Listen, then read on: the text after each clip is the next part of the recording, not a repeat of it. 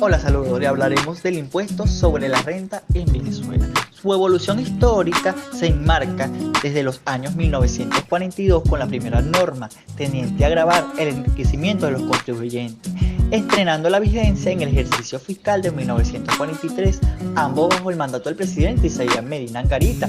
Dicha ley de impuesto sobre la renta contenía dos clases de tributos, siendo el primero uno basado en el sistema cedular y el segundo complementario y progresivo. La Venezuela de la época fundamentalmente dependía de la renta petrolera y de la aplicación de impuestos indirectos, quienes evidentemente no medían la capacidad real contribuyente de los sujetos de derecho. Esto se unió a la promulgación de la ley de hidrocarburos en 1943, donde se toma la ventaja relativa del sistema mundial que venía altamente agitado por los embates de la Segunda Guerra Mundial, cambiándose de manera significativa la relación entre las empresas operadoras y el Estado en un gobierno que no llegó hasta su último día de mandato como parte de la historia y constante diatriba política. Asimismo, se vinieron dando reformas durante años hasta la última reforma que se dio en el año 2015, promulgando la ley de impuestos sobre la renta en Venezuela.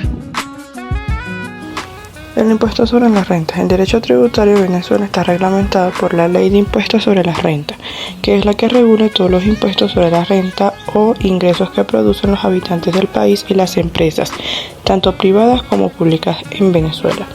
En la medida que el Estado ha venido creciendo en habitantes, empresas y demandas de servicios públicos, entre otras cosas, ha tenido que planificar y regular los ingresos, convirtiéndolos en activos de dicho Estado en forma de impuestos para devolverlo a la sociedad, convertirlo en satisfacción de necesidades de manera eficaz, oportuna y eficiente. Con el crecimiento del Estado se establecen normas y leyes en el área tributaria. Nuestro sistema tributario tiene preestablecido y común a muchos otros sistemas tributarios sufragar los gastos del Estado a través que procura la justa distribución de las cargas, la protección de la economía nacional y la elevación del nivel de la vida de la población. A la vez contiene un conjunto de elementos que como sistema deben estar armónicamente relacionados para obtener aquellos propósitos que justifican su existencia. Desde el punto de vista territorial, el artículo 12 del Código Orgánico Tributario norma la típica raíz constitucional. Dice, artículo 12, las normas tributarias tienen vigencia en el ámbito espacial sometidos a la potestad del órgano competentes para crearlas. Las leyes tributarias podrán crear tributos sobre hechos imponibles ocurridos total o parcialmente fuera del territorio nacional, cuando se contribuyen tenga la nacionalidad venezolana o esté domiciliado en Venezuela. Por estos casos, la ley procurará conciliar los efectos de tales disposiciones con la conveniencia y evitar la doble tributación. Modos de determinación del impuesto sobre la renta. En Venezuela, el impuesto sobre la renta ISLR se determina de acuerdo con dos modos: el método de estimación directa y el método de estimación simplificada. El método de estimación directa es la que más se usa y consiste en que el contribuyente calcula su propia base imponible y su tipo de impositivo.